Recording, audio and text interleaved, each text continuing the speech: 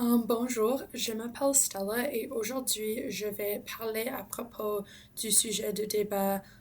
Cette chambre croit que les influenceurs méritent leur richesse. Avant que je parle à propos du sujet, je veux premièrement juste m'introduire. Alors, je m'appelle Stella, je suis une étudiante à l'Université de Calgary et j'ai participé au débat depuis 9 ans et je le fais encore ici à l'université. Alors, j'ai eu l'opportunité de voyager à Nordic, Hardhouse Ivy et plusieurs d'autres tournois aussi. De plus, je fais de l'entraînement pour les étudiants au secondaire et aussi je entraîne plusieurs étudiants ici au niveau universitaire. Alors, je veux commencer, j'ai des notes sur mon ordi que je vais référer, mais on va commencer avec le sujet. Cette chambre croit que les influenceurs méritent leur richesse. Je pense que la première chose à faire avec ce sujet, c'est vraiment de définir c'est quoi une influenceur et de parler à propos du mot mérite, ce que ça signifie de mériter quelque chose. Alors, premièrement, pour les influenceurs, je pense que c'est important de définir de qui on parle. Est-ce qu'on parle seulement des gens qui utilisent les réseaux sociaux comme Instagram, TikTok, des choses comme ça, ou est-ce qu'on parle de tous les gens célèbres comme les acteurs, les actrices? Je pense que ceci peut changer un peu le profondeur du sujet et le profondeur des arguments que tu peux créer sur les deux côtés. Mais je pense que ça, c'est la première chose qu'on doit faire. Deuxièmement, on doit parler un peu à propos du mot mérite. Parce que quand on parle de si quelqu'un mérite quelque chose ou non, c'est vraiment un peu plus philosophique et il y a des arguments moraux, mais aussi pratiques pour cette définition. Alors, je pense que le côté du proposition doit vraiment décrire si c'est moralement justifié et si l'argent et les richesses sont gagnés justifiément pour être capable de gagner le débat. Alors, je pense qu'on commence sur le côté proposition en parlant des influenceurs, mais aussi de parler à propos du mérite.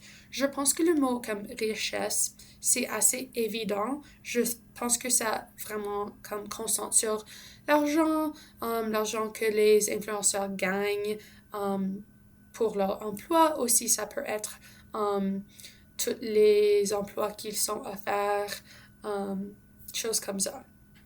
Alors, je pense que le débat va vraiment centrer autour de la méritocratie, ce qui va être un argument que les deux côtés peuvent faire, mais aussi sur la valeur sociale du travail, le marché libre, le chance versus l'effort. Il y a plusieurs différentes choses qui peuvent être discutées. Alors, je veux premièrement parler des arguments pour le sujet. Alors, qui disent que oui, les influenceurs méritent leur richesse. Je pense que le premier argument, l'argument le plus évident, certainement pour le côté moral, philosophique, c'est à propos de la méritocratie du marché. Et ce n'est pas un argument qui est seulement moral parce qu'il y a vraiment un côté pratique qui parle à propos du marché libre et tous les aspects du capitalisme dont je vais parler dans une seconde. Mais ça, c'est comme où je commencerai sur le côté pour. Je pense que l'identité sociale, c'est que les individus choisissent volontairement de regarder et d'interagir avec ces influenceurs. Alors, moi, comme individu dans une société libre ici au Canada, je choisis de regarder ou d'interagir avec les influenceurs sur Instagram, sur TikTok. Et c'est vraiment à moi, dans ce marché libre, d'être capable de faire ceci. Alors, ça c'est juste un petit peu de contexte pour faire cet argument, mais je pense que de plus, tu peux faire comme une comparaison avec beaucoup d'autres emplois. Les choses comme les gens qui travaillent dans le monde financier, est-ce qu'ils méritent leur argent? Il y a beaucoup de gens qui disent comme ces emplois sont vraiment élitistes et qui ne sont pas aussi importants qu'un docteur. Peut-être c'est le cas, mais il crée encore de la valeur dans le marché libre où les gens veulent ces services et ils veulent interagir avec ces gens afin d'avoir un service, afin d'être capable d'augmenter la valeur sociale de cet emploi. Alors, ce serait le premier argument. Et un élément que tu dois discuter dans cet argument, c'est l'idée de la coercion. Alors, l'opposition va essayer de dire que non, les gens sont coercés par les réseaux sociaux, par les algorithmes, et on doit essayer avant que l'opposition peut faire ceci, on doit essayer de prévenir tous ces arguments. Alors, tu dois vraiment emporter du contexte qu'on n'a pas de coercion, les gens interagissent avec ces influenceurs de leur propre volonté. Ça, c'est vraiment, vraiment important. Et ensuite, on va vraiment parler à propos du méritocratie dans cette industrie. Alors, le monde, ici au Canada, dans les États-Unis aussi, fonctionne avec une méritocratie. Si vous êtes populaire, la même chose fonctionne pour n'importe quel emploi. Si vous êtes un avocat, si vous êtes un docteur, tu auras plus d'argent avec plus de clients. Tu as plus de clients parce que les gens vous aiment, parce que les gens veulent interagir avec vous. Alors, c'est vraiment, si tu peux créer de la valeur, les gens vont être capables d'interagir avec vous et tu seras récompensé dans le marché parce qu'il y a une méritocratie. Alors, je pense que ça, c'est vraiment important pour votre premier argument et c'est vraiment aussi du contexte qui peut aider avec le reste du débat. Alors, si 10 millions de personnes choisissent de regarder quelqu'un, c'est une création de valeur et sinon une exploitation. Et c'est vraiment difficile pour l'opposition maintenant de faire cet argument si on peut démontrer que les individus veulent interagir avec les influenceurs. Et il y a un numéro de raisons pour laquelle ceci est vrai. Premièrement, les gens veulent voir des choses amusantes, ils veulent voir des choses intéressantes. Quand je vais sur Instagram, c'est parce que peut-être je veux voir des vidéos de la mode ou des voyages. Je veux voir quelque chose qui rend moi de valeur dans ma vie. Et ça, c'est vraiment important pour définir et de démontrer avant qu'on continue le reste du débat. Je dirais aussi que la proposition peut faire un argument que chaque emploi qui génère de l'argent, chaque emploi qui génère de la valeur est un vrai travail qui mérite de la richesse. Alors, on peut avoir des exemples ou des analogies, comme par exemple ce que j'ai déjà dit, un avocat par exemple est payé beaucoup d'argent parce qu'il crée de la valeur et les individus apprécient leurs produits ou leurs services. C'est la même chose ici. Les influenceurs peuvent aussi aider beaucoup d'autres personnes. Par exemple, si je fais une vidéo et je parle à propos d'un produit et je fais des avertissements pour ce produit, je fais un service pour quelqu'un d'autre. Alors, beaucoup de l'argent que les influenceurs font vient de ceci. Ça vient de leurs partenaires, ça vient des compagnies qui veulent travailler avec eux. Alors, c'est vraiment important dans ce deuxième argument ou dans ce point dans le débat de définir et de vraiment parler de comment les influenceurs créent leur argent. Alors, il y a deux voies principales. La première, c'est les individus qui interagissent avec leurs vidéos. Alors, chaque fois que quelqu'un regarde à leurs vidéos ou ils font des commentaires, les influenceurs vont générer de l'argent. Mais la façon principale dont ils génèrent la majorité de leur argent, c'est en travaillant avec des compagnies pour faire des choses comme des adverts, choses comme ça. Alors, ceci peut aussi éliminer beaucoup des arguments que l'opposition va essayer de faire à propos de la coercion, choses comme ça. Parce que la voie comme principale de faire de l'argent comme influenceur, c'est de travailler avec des compagnies. On peut comparer ceci avec quelqu'un qui travaille dans le monde du marketing ou dans le monde du commerce, parce que c'est vraiment la même chose. Si je suis un individu qui est payé par une compagnie de faire une campagne peut-être, de faire des avertissements, je crée une valeur pour cette compagnie et parce qu'on est dans un marché libre, je serai récompensé et je serai payé pour ce travail que j'ai fait. Alors, parce qu'on travaille directement avec des compagnies et on crée de la valeur pour eux, c'est moralement justifié que nous sommes récompensés par ces compagnies parce que les compagnies ont la liberté de décider qui il veut travailler avec, qui il veut, qui font des avertissements. Alors, si on croit ici au Canada dans le marché libre et dans la liberté des compagnies canadiennes ou des compagnies américaines d'être capables d'avoir la liberté de choisir avec qui qu'ils veulent travailler pour générer de l'argent et de la valeur pour leur compagnie, on doit supporter la méritocratie des influenceurs parce que, encore une fois, avec la définition qu'on a déjà donnée, les influenceurs créent beaucoup de leur argent par cette voie. Alors ça, c'est vraiment important. Tu peux aussi juste faire beaucoup d'analogies, comme il y a beaucoup d'exemples qu'on peut faire comparer avec les acteurs, les artistes, les musiciens, les sportifs. Pourquoi est-ce que c'est que beaucoup d'athlètes sont payés des milliards de dollars? C'est parce qu'ils génèrent beaucoup d'argent pour les compagnies avec lesquels ils travaillent, c'est parce qu'ils créent beaucoup de la valeur pour les individus. Alors, pourquoi accepter les salaires des athlètes, mais pas ceux des créateurs sur l'Internet qui font beaucoup de leur argent sur les réseaux sociaux? On peut vraiment faire ces comparaisons et c'est vraiment important de faire ceci parce que un juge qui regarde le débat va vraiment être capable de réfléchir sur le fait que, oh, j'aime le soccer. Et à cause de ceci, je peux comparer un joueur de soccer avec un influenceur. Et c'est vraiment beaucoup plus intuitif si on fait ceci. Le troisième argument que tu peux faire, c'est à propos de la concurrence et la compétition. Alors, c'est pas vrai que tout le monde qui est un influenceur va avoir beaucoup de richesse et va avoir des millions de dollars. C'est pas vrai. La réalité, c'est que 99% des influenceurs échouent ou ne gagnent presque rien parce que ils créent des vidéos, ils ont quelques personnes qui interagissent avec leurs vidéos, mais la réalité, c'est qu'il y a seulement 1% des influenceurs qui font beaucoup d'argent sur les réseaux sociaux.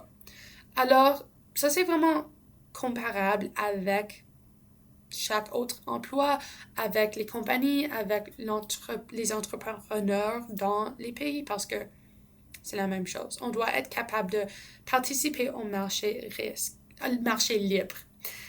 On peut faire des arguments qui sont vraiment semblables aux arguments qu'on fait pour supporter les entrepreneurs. Alors, par exemple, si un entrepreneur veut créer un produit ou veut faire de l'innovation, c'est un grand risque parce que ça coûte vraiment cher. On ne sait pas nécessairement si notre produit ou notre service va avoir du succès. Alors, on doit être motivé pour entrer dans ce marché et pour innover, même s'il y a une chance qu'on n'aura pas de succès. C'est la même chose ici. Si je veux faire les réseaux sociaux, je veux être un influenceur, il y a une grande chance que je n'aurai aucun succès. Alors, il y a un gros risque attaché avec cet emploi. Ça, c'est la même chose avec les entrepreneurs et tu peux vraiment créer cet exemple et comparer les deux. Parce qu'on veut récompenser les entrepreneurs qui ont du succès, qui sont capables d'entrer dans un nouveau marché et qui sont capables d'innover et de créer de la valeur. C'est vraiment semblable ici. Il y a un grand risque avec cet emploi. Il y a comme une grande chance que tu n'auras aucun succès et afin de récompenser ceux et celles qui sont capables d'entrer dans ce marché, ils sont capables avoir beaucoup de succès dans le monde d'être un influenceur, on devrait les récompenser parce qu'ils ont pris un vraiment grand risque. Alors, tous les arguments que tu fais dans un débat à propos de l'innovation, tu peux vraiment faire ici aussi. C'est vraiment semblable avec le risque et la motivation que les individus ont d'entrer dans cet emploi dans la première place. Alors, comme les startups ou le sport professionnel, quelques personnes vont gagner beaucoup d'argent, mais la majorité vont perdre. Alors, c'est vraiment à propos de récompenser ceux et celles qui ont de la succès dans cette industrie, et ça ne serait pas la majorité des personnes, mais parce que c'est tellement difficile d'avoir du succès comme étant un acteur, un sportif ou un influenceur, ceux et celles qui ont de la succès devraient être récompensés. On peut aussi parler de la valeur sociale positive. Alors, il y a des vrais bénéfices que les influenceurs peuvent créer. Par exemple, beaucoup d'influenceurs font de la contenu éducatif. Il y a des personnes qui parlent à propos des politiques, des nouvelles, des finances personnelles. Pas tout le contenu sur les réseaux sociaux sont la même. Alors, si l'opposition essaie de faire un argument que le contenu sur les réseaux sociaux ne sont pas éducatifs et n'ont aucune valeur, c'est vraiment facile de démontrer que ceci n'est pas vrai. Oui, c'est vrai qu'il y a des gens qui créent du contenu qui sont vraiment fameux et ce contenu c'est pas vraiment sérieux.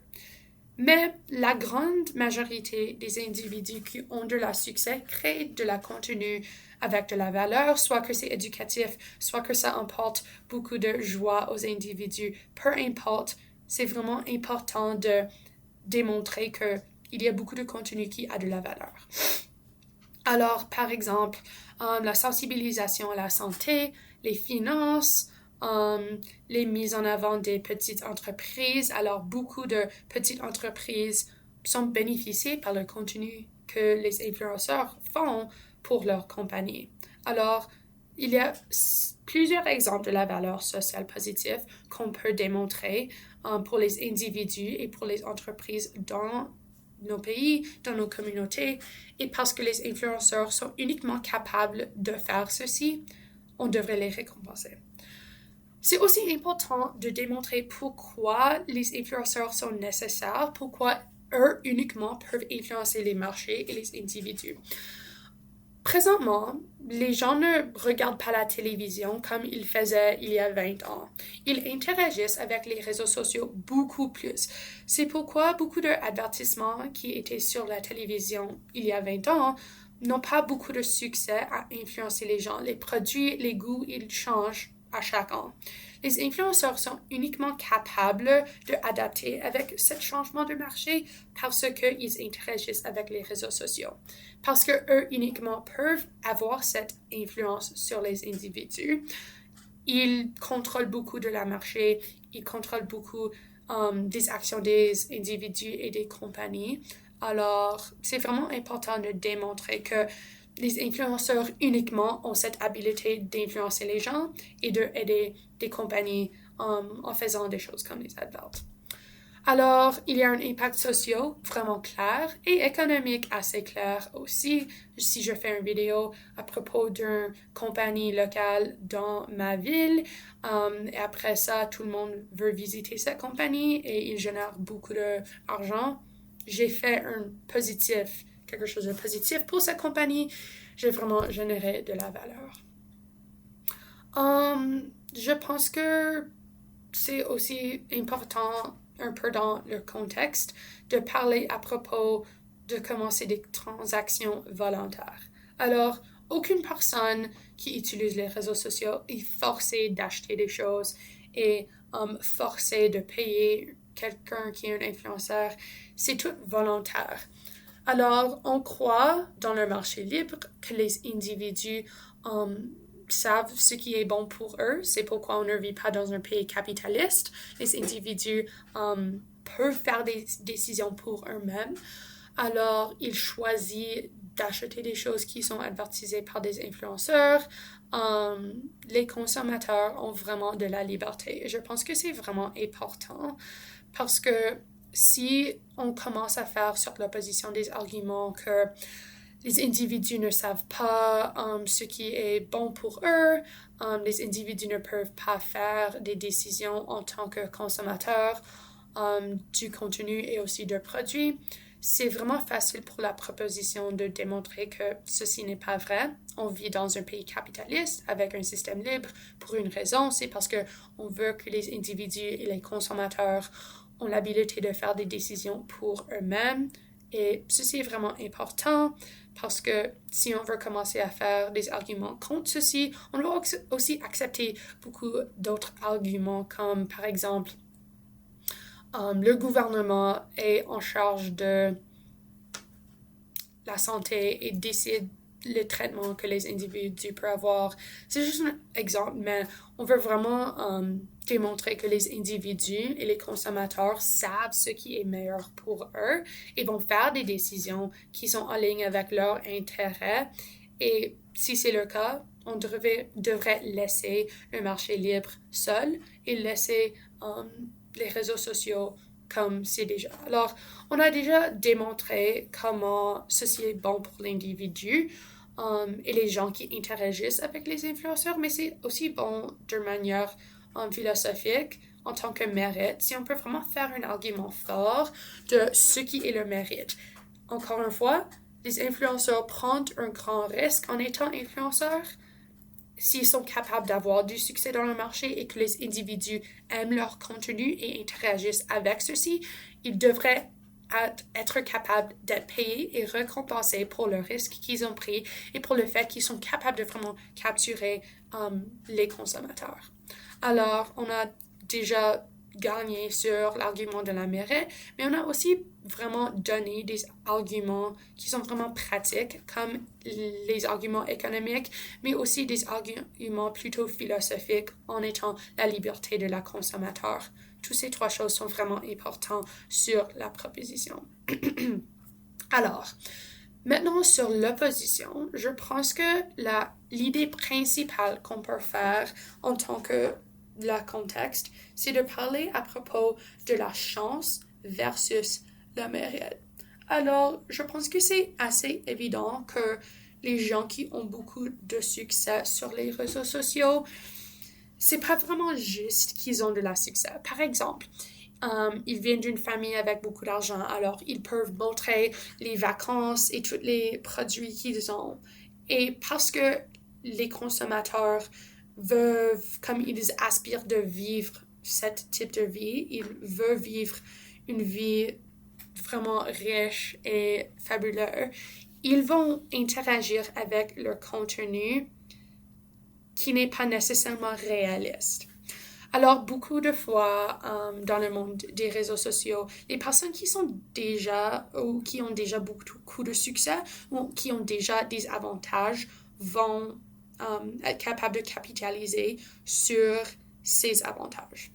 Par exemple, beaucoup d'influenceurs sont vraiment beaux. Et ils utilisent leur apparence afin d'avoir du succès. C'est pas juste qu'il y a des personnes qui peuvent avoir des chirurgies pour être plus beaux. C'est pas juste que certaines personnes ont plus d'argent et à cause de ceci, ils peuvent voyager beaucoup et acheter des choses vraiment chères. Alors, on peut vraiment faire un argument à la base qui parle à propos du fait que les personnes qui deviennent vraiment fameuses sur les réseaux sociaux, c'est pas juste comme qu'ils deviennent fameux. Alors, c'est vraiment pas la méritocratie à ce point-là, c'est la chance. Et la chance, c'est directement opposé à la méritocratie. Alors, le succès est largement aléatoire. Je peux faire une vidéo et ça peut être vraiment viral pour n'importe quelle raison. Peut-être j'ai mis aucun effort et j'ai pas vraiment créé de la valeur, mais la vidéo est vraiment fameuse. Alors maintenant, je génère beaucoup de profit. Ça dépend vraiment des algorithmes et je pense qu'on peut faire tout un argument sur l'algorithme et comment que c'est injuste, c'est aléatoire et c'est vraiment pas basé sur la méritocratie. Les algorithmes et les programmateurs des réseaux sociaux ne considèrent pas la mérite quand ils créent ces programmes. C'est vraiment basé sur beaucoup de choses comme les tendances, vos apparences, des choses qui sont vraiment aléatoires et que les individus n'ont aucun contrôle.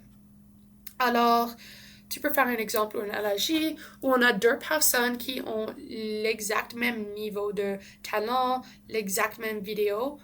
Seulement un deviendra viral à cause du numéro de raison, les algorithmes, comme quand il a posté les vidéos, les produits qu'ils avaient dans les vidéos, et le talent n'est pas vraiment relié avec le succès de cet individu. Alors, c'est l'algorithme qui décide, ce n'est pas le niveau de travail ou effort, et parce que la méritocratie est vraiment basée sur l'effort dont quelqu'un a mis dans leur travail ou comme n'importe quoi, parce qu'on peut démontrer que ceci n'est pas un facteur au succès des influenceurs, c'est aléatoire, c'est basé sur des avantages qui ne sont pas justes. Si on peut vraiment démontrer ceci, on peut éliminer l'argument de la méritocratie. Et ça, c'est la première chose qu'on devrait faire parce que la méritocratie, c'est comme le centre du débat. Alors, on peut aussi parler de la décalage entre l'utilité sociale et la rémunération. Alors, l'idée principale de cet argument, c'est que la rémunération devrait refléter la contribution sociale d'un individu. Et on peut comparer ceci avec quelqu'un comme un docteur. Souvent, les docteurs sont vraiment bien payés. Ils font souvent beaucoup d'argent parce que pour une raison, ils ont pris des années et des années pour étudier, pour être un docteur, mais aussi ils contribuent beaucoup aux communautés et ils font une haute utilité sociale. Alors, la rémunération qu'ils reçoivent, c'est reflété dans l'utilité qu'ils créent et dans la valeur qu'ils génèrent pour les individus. C'est vraiment facile de démontrer que quelqu'un comme une enseignante créent beaucoup de valeur sociale, mais ne sont pas proprement rémunérés pour ce qu'ils génèrent. Si on crée des exemples et si on vraiment parle aux juges du fait qu'une enseignante qui génère une haute valeur sociale reçoit moins d'argent qu'un influenceur qu'on a déjà dit ne mérite pas leur argent, qui a seulement du succès à cause de leur apparence, c'est vraiment facile de créer une réflexion sur le décalage entre ces deux choses. Alors, les vidéos qui sont intéressantes et qui sont divertissements, ils peuvent générer des millions de dollars, mais ils ne créent pas une vraie valeur sociale tangible qu'on peut voir. Et c'est une injustice morale qu'il y a des influenceurs qui génèrent plus d'argent que quelqu'un comme un professeur, un docteur, un ingénieur. Et je pense que beaucoup de juges et beaucoup d'individus, c'est vraiment facile pour eux de comprendre un argument comme ça si on peut créer des comparaisons avec d'autres emplois qui sont vraiment importants et qui créent beaucoup de valeur sociale. Le prochain argument parle un peu à propos de l'exploitation des relations parasociales et aussi la coercion. Alors, j'ai déjà parlé un peu dans la côté proposition à propos du coercion et comment les gens choisissent d'interagir avec les réseaux sociaux. Mais sur l'opposition, on peut parler directement contre cet argument. Alors, on dit que le public jeune et les gens vulnérables, surtout les jeunes qui utilisent les réseaux sociaux, ils sont vraiment vulnérables aux réseaux sociaux et aux algorithmes. Alors, ils sont souvent coercés à interagir avec les vidéos. Si je suis sur mon téléphone et je suis sur Instagram et je regarde des Reels, c'est pas vraiment que je choisis de regarder aux Reels, c'est vraiment l'algorithme qui décide ce que je peux voir. Et à cause de ça, je suis coercée à interagir avec certaines vidéos et pas d'autres. C'est pas que je recherche vidéo d'un chat qui tombe sur les escaliers. C'est quelque chose qui est mis sur mon téléphone sans que je demande.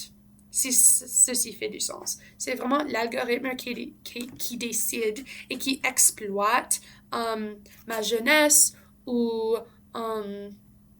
n'importe quoi et je ne suis pas en train de choisir d'interagir avec le contenu parce que je ne choisis pas ce que l'algorithme va me donner. Alors, c'est une exploitation et c'est de la coercion. Et parce que tout le monde est capable de voir que la coercion et l'exploitation sont des choses mauvaises, sont des choses négatives pour la société, on peut faire l'argument que ce n'est pas juste que les influenceurs font beaucoup de la richesse en exploitant les consommateurs. Alors, ça incite à la consommation vraiment excessive à cause de l'exploitation des relations parasociales. Alors, c'est vraiment la manipulation plutôt que la création de la valeur authentique parce que ça, c'est un abus de la coercion et de l'algorithme pour générer de l'argent. Et puis, on peut démontrer qu'il y a beaucoup d'effets négatifs sur la société qui proviennent de les influenceurs. Par exemple, quelqu'un comme Andrew Tate. Il est vraiment fameux sur les réseaux sociaux, il fait beaucoup d'argent, mais on ne dirait pas que Andrew Tate ait un effet positif sur la société. Beaucoup de personnes disent qu'il est un criminel. Il dit beaucoup de choses qui sont offensives, qui font mal à beaucoup d'individus, mais il génère beaucoup d'argent sur les réseaux sociaux. Il ne devrait pas être récompensé avec de l'argent pour les effets négatifs qu'il a sur la société. Alors, d'autres exemples seraient des problèmes d'image corporelle que beaucoup de jeunes femmes ont à cause du réseau social, aussi le matérialisme et le consumérisme, la désinformation. On peut démontrer qu'il y a beaucoup d'externalités nuisibles qui proviennent de les réseaux sociaux. Alors, si la richesse provient des dommages sociaux, ça ne devrait pas être mérité parce que en poursuivant beaucoup de richesses comme influenceur, je crée beaucoup d'effets nuisibles dans la société comme les problèmes d'image corporelle pour les jeunes femmes, comme la désinformation. Toutes ces choses sont mauvaises, donc on ne devrait pas être récompensé pour ces choses. Finalement, je dirais que les plateformes créent de la valeur et non les influenceurs. Alors, c'est vraiment comme les algorithmes, les infrastructures et les compagnies qui sont en charge encore des algorithmes et de générer de l'argent pour des compagnies. C'est pas vraiment les influenceurs. Et ceci peut répondre directement à l'argument de la proposition que les influenceurs seuls sont capables de générer ce type de valeur. Alors, les zones de clash principales dans le débat, c'est la valeur marchande versus la valeur morale. Alors, la proposition dit que le prix est mérité parce que les influenceurs prennent des risques et ils peuvent générer de la valeur pour eux et pour des autres compagnies, mais l'opposition dit moralement ce n'est pas juste parce que cet argent est généré à cause de la coercion.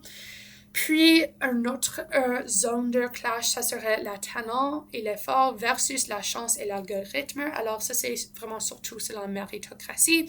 La proposition dit que le talent et l'effort va être récompensé par des autres générations de profit, mais l'opposition dit que non, ce n'est pas le cas. C'est vraiment la chance et aléatoire grâce à l'algorithme que les individus vont être capables d'avoir de la succès.